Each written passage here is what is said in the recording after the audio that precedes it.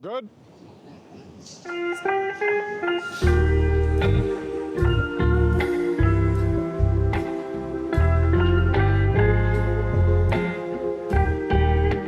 So we're in Los Angeles doing big business deals.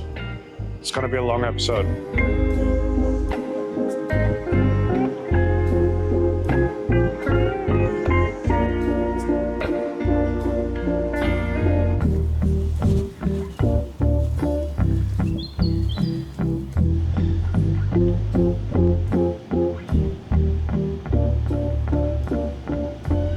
Tomorrow we're off to America to try to make a deal with a new 3PL that should save us roughly $1 million a year. This is the biggest deal of our life. There's a chance that our current 3PL is not going to let us out of our contract.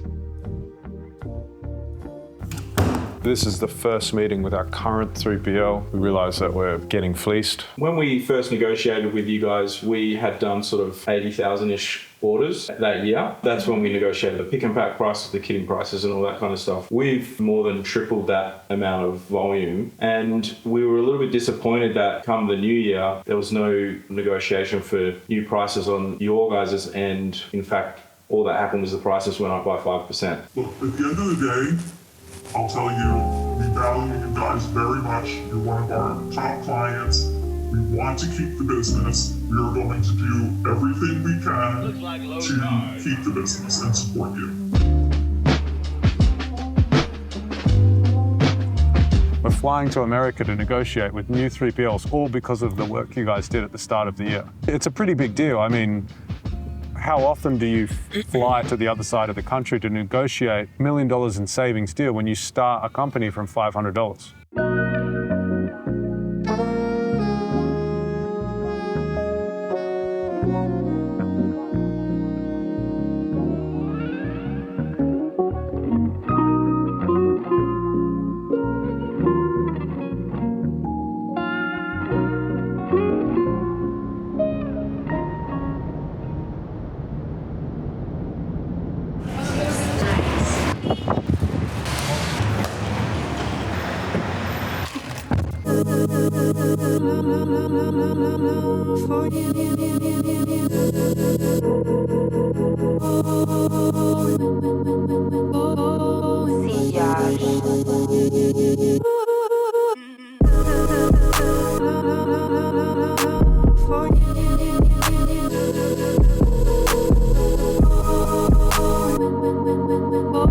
So we're here because we're going to meet with the CEO of our current 3PL, and then we're flying to New York to meet with another 3PL. We got a trade war happening. What's it called? A bidding war. We have 3x'd our volume since we made our current deal with the 3PL. We think we've saved our just average pick and pack cost from about $2.60 all the way down to $1. What's crazy about here is Scotty's filming me right now, and nobody gives a flying fuck because it's just filled with weirdos. That's awesome.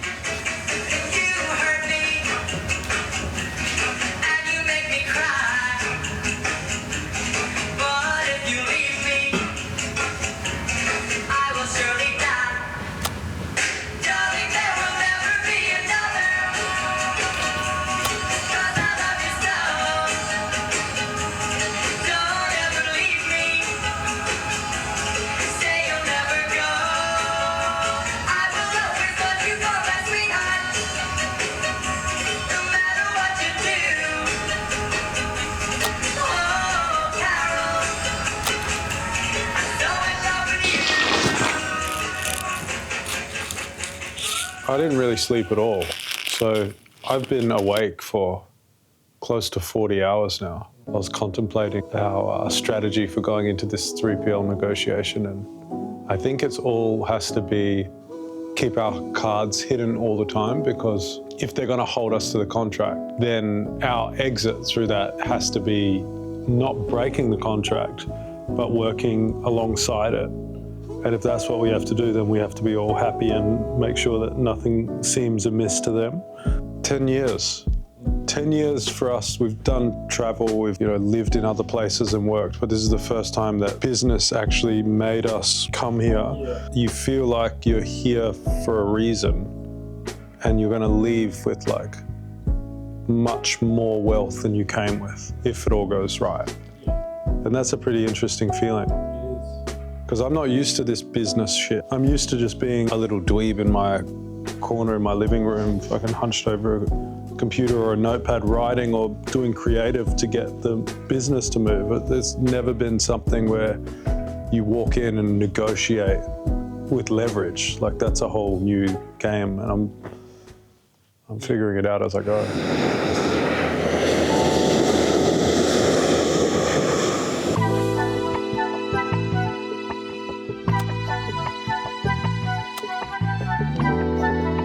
The question we kept asking ourselves was, how do we prepare to go into a negotiation with a 9-figure CEO? And then when we look at these warehouses, what is it that we're actually looking at? How do you prepare for something you've never done before? We're in Beverly Hills, and we're going to go meet somebody about a big multi-million-dollar business deal. It just feels weird. Yeah.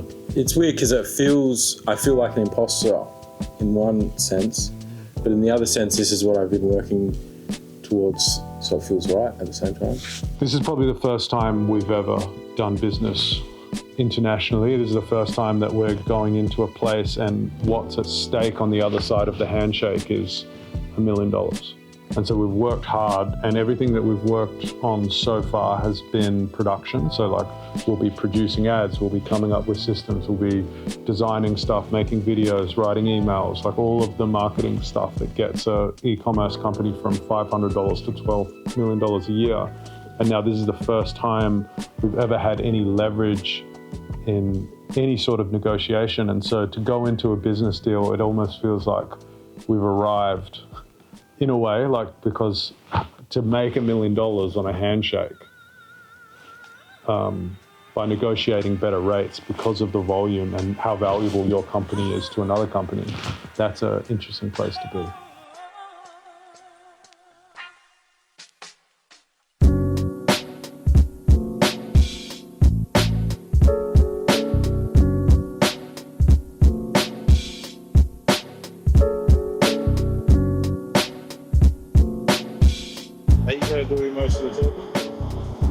I'm going to do most of the listening, but I'll hand it over to you for like the detailed stuff. It's more about price as well.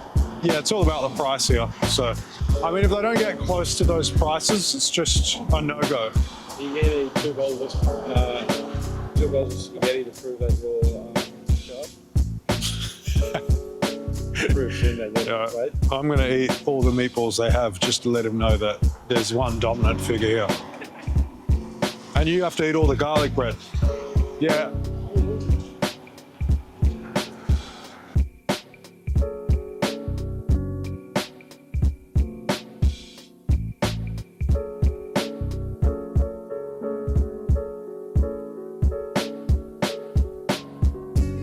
I enjoyed talking to him. Yeah, it was a good experience, and continues to prove that getting in the same room as people can just do so much. He seems smart, you know. I like that he's like built a company from scratch. Maybe we've misinterpreted the complexity of our operation and what we're requiring from a service provider. It's going to be really interesting for me when I go into both warehouses to see the level of professionalism in the systems in place that allow something to run smoothly at scale. I will say, before we met with the CEO, I was about 70% sure that we were going to leave our current 3PL to go to this new guy. Now I'm 50-50.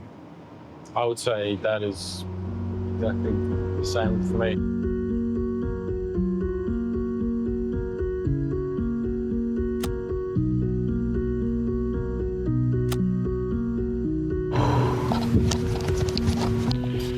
So we're about to go to the Lakers game, and LeBron's out, he's injured, but Luka, who we want to see play, who Scott is in love with, he might be out as well, and it's a game time decision. So we're not going to know, I think, until we get there if he's playing or not. This is the sad part of this story. Scott's been a diehard Dallas Mavericks fan his whole life. So when Luka went to Dallas, it was like the best thing ever for his sport viewing career. And then he got traded to Los Angeles, and now we're about to watch Luka Doncic play, but he is injured and he might not play. So it could be heartbreak all year long for Scotty. Hi, man. What's up? How you going? Good to see you. Good to see you, man. It's really good to see you, man. Do we know? He would have said he was out if he was out. I checked. So he's in. Yeah, there's Hey! he's not out. He's in.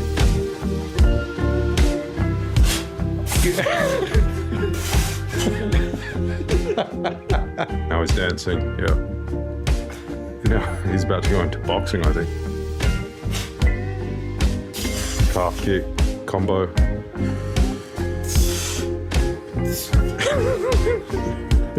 This is going to be the only good part of this video.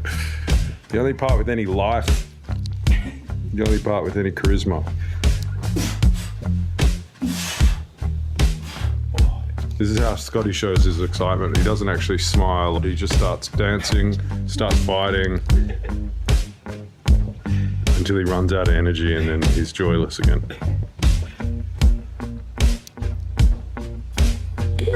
He's going to lay down for a bit. Yeah.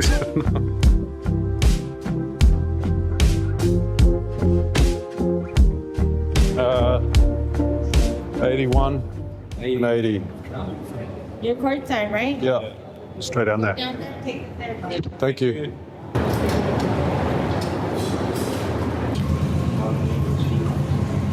Thank you.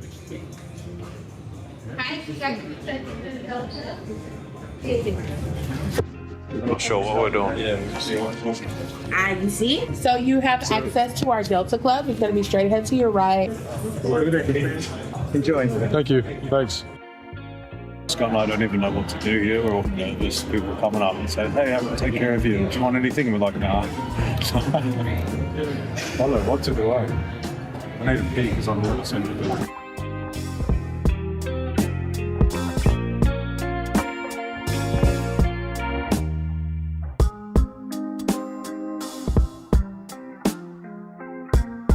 Scott's just realising he could have made the NBA. Could have made the league.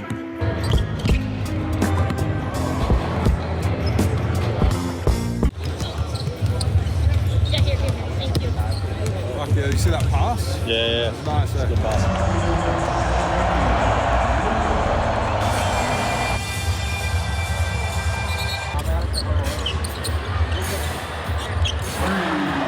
I think this could be the greatest moment of my existence. What's so great about it? I don't know. Like, I've been obsessed with basketball and the NBA for so long, and right now I'm courtside at the Lakers game. Are you fucking kidding me? Did it live up to the hype? Yeah, lived up and exceeded. I'm only ever going to pick courtside from this point forward. That's minimum now. Whether you're watching your nephews play or the Lakers, you're sitting courtside. At any level, I'll be sitting courtside.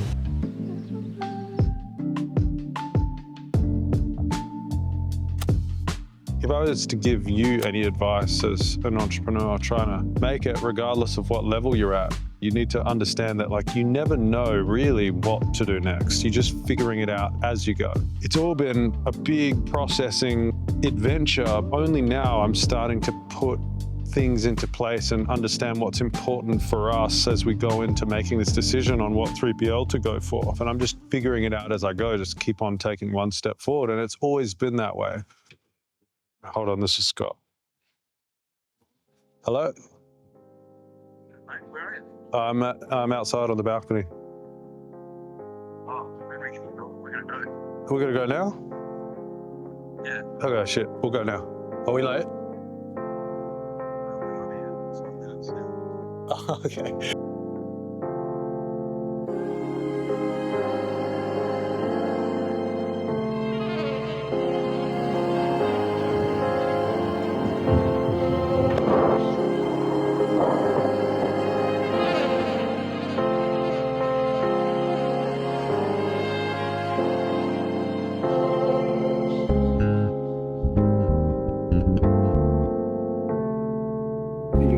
Excellent. Preservation and which last name? Fragomini.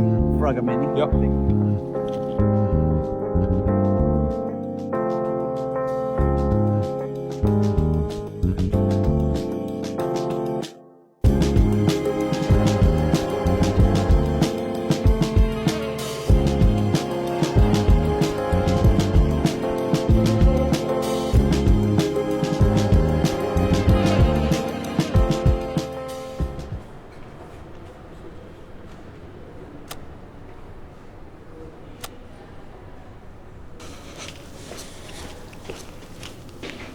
You want to talk about your outfit?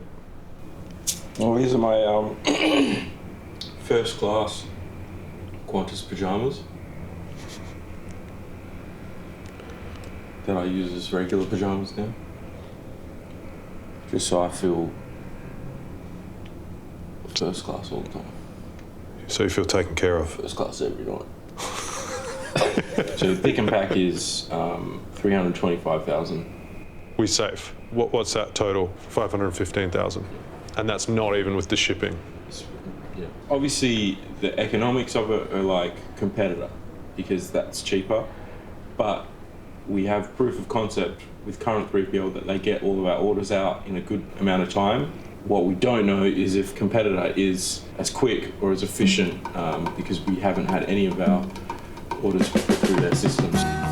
We are going down to the lobby to get picked up by the 3PL that's leading for our business. We have to use our intuition. Yeah. Well, map everything back to accuracy and speed, but we've already got the costs figured out.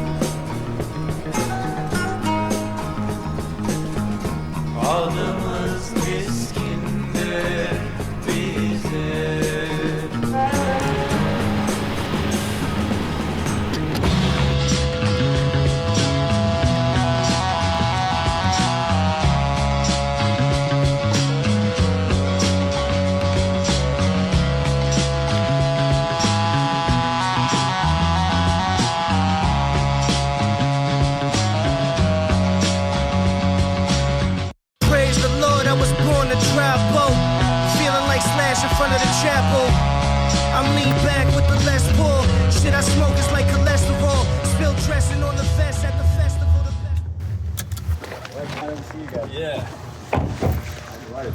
Hey, brother. Hey, David. How you doing? Nice to meet you. What's going on? Thanks for having us.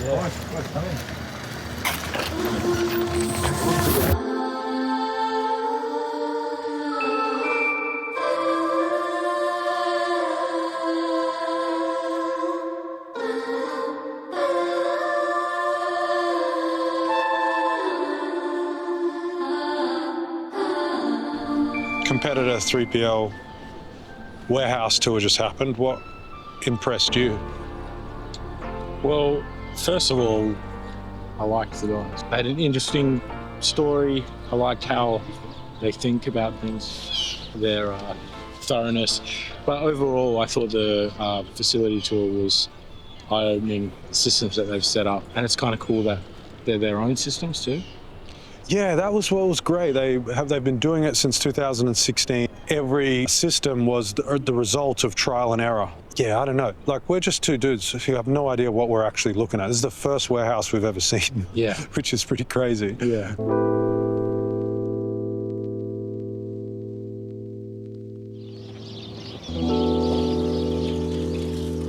And the other thing is, how lucky are we, Scott, to have been friends since we were 6? To grow up like loving basketball and that being the thing that like connected our friendship, and then to start a business in our late 20s, go through all of those years of struggling and not making it, and then finally getting to a point where we're going courtside to the Lakers because of the work that we've done, and then celebrating these little negotiation victories and stuff. It's just like, how many people on earth have that experience where like not only are you succeeding, but you're also sharing it with all of the context since you were 6 years old. That's crazy. Yeah, it's insane.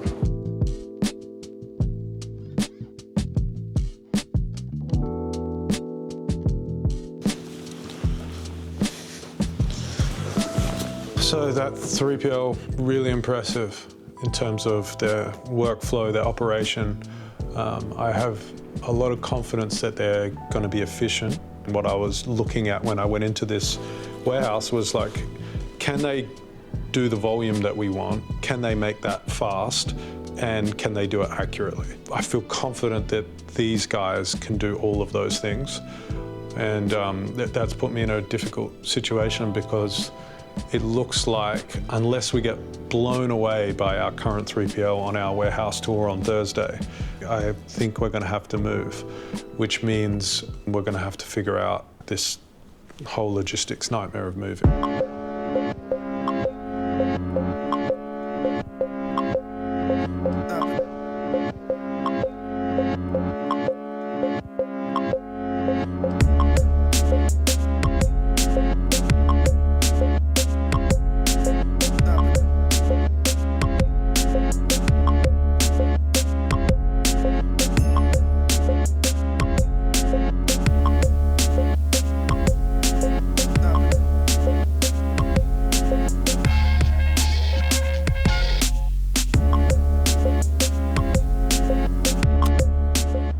Maybe 2 months ago, we were talking about where I want to be in the company and like what I want to be doing.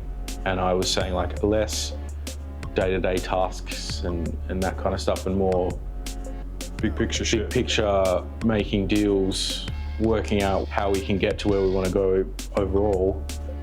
And this is exactly that. This kind of shit is what I want to be doing. You know I'm still your little baby. All my life I was a fuck up. Now I pull the truck up. Same bitch stuck up. Now she wanna suck us. See me hanging out the window screaming what? No more tough luck. A different cloth is what I'm cut from. Baby, oh my lord. The cops chasing Bronson in the all-white Ford. Shit, I'm on that all-night tour. Bitch, I'm alright, but I'm off that road.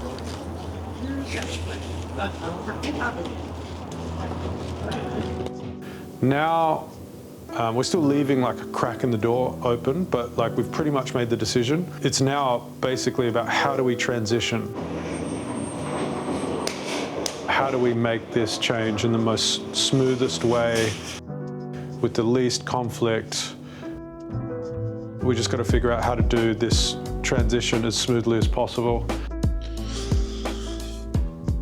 So what I'm doing right now is defining the dream outcome for the warehouse move. And this mental model is defining the dream outcome, understanding exactly what components you need to achieve that dream outcome. So basically saying what absolutely must be true. And then once you have a list of all of the things that absolutely must be true, you double click into each of those lists and define the details that need to be true in order for that to come to fruition. It takes away a lot of blind spots. This is like first principles thinking, but it's just my way of approaching it. Dream outcome is really about you being able to see into the future. And two things are happening here at once. The first thing is that you're increasing your chances of success because you know the details that need to happen. The second thing is this makes your work so much more meaningful because you actually have purpose and meaning behind almost everything that you're doing. There's nothing better than waking up and knowing exactly what to do, why you need to do it, and how it's going to affect your life in the future. If you can get those things down, then like you just wake up every day with meaning and purpose. But if you wake up every day and you don't quite know what to do and like it's all a bit blurry and hazy, that's when you're more likely to quit on your entrepreneur journey and you're much more likely to fail. We'll be going into this in detail on the channel for this season, and we'll be breaking down all of the things we've implemented over the last 6 months since we haven't been making videos. And I think this will be a real deep dive into vision, thinking, strategizing, creating, and maybe throw in a little bit of philosophy as well. So that's it.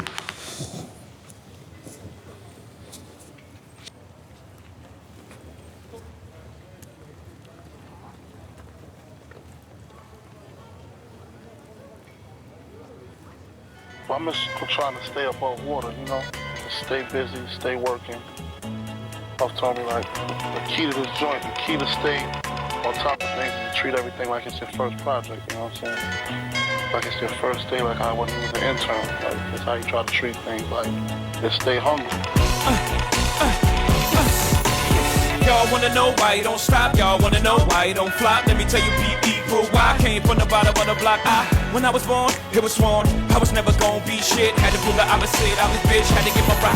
I had on eyes on the prize, Sean knew I had to get these chips. Had to make moves like Elijah Wan. Started out selling dimes and nicks. Graduated to a brick, no exaggeration. My infatuation with the strip. Legendary like a schoolboy crush on every chick. Heavy shit. That's how schoolboy got whipped and got left on some chest. Me, myself, and I on some true boy shit. Had to voice to a place of no return. Had to play with fire and get burned. Only way the boy ever gonna learn. Had to lay way in the cut till I finally got my turn. Now I'm on top in the spot that I earned. It's my life, it's my pain and my struggle. The song that I sing to you is my everything. Treat my first like my last, and my last like my first, and my first is the same as when I came. It's my joy and my tears and the laughter it brings to me. It's my everything. What is this? Huh? What are you looking at here? Verified resale tickets, 10,500 X2. What is this for? Courtside at the Lakers. Holy fuck, man. What do you think of when you think of sitting courtside at the Lakers? It's the first thing that comes to mind. I don't want to say it, but Entourage. The show? Yeah, remember sitting like Ari would be sitting courtside and shit. Oh, fuck. Imagine just sitting courtside at the Lakers. Lakers, courtside, beyond all imaginable dreams. You know, I feel like I'm lying when I say that. I've always thought we could get here. Yeah. It was just you doubting us. Yeah. You agree to that? Mm-hmm.